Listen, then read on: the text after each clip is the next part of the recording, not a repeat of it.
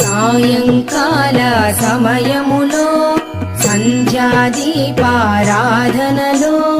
వచ్చును తల్లి మహాలక్ష్మి, వచ్చును తల్లి వరలక్ష్మి. కాళ్లకు గజ్జెలు కట్టింది, మెడలో హారము వేసింది, పిలచిన వెంటనే పలికింది, అడిగినదంతా ఇచ్చింది. సాయంకాల సమయములో సంధ్యాదీపారాధనలో వచ్చును తల్లి మహాలక్ష్మి, వచ్చును తల్లి వరలక్ష్మి.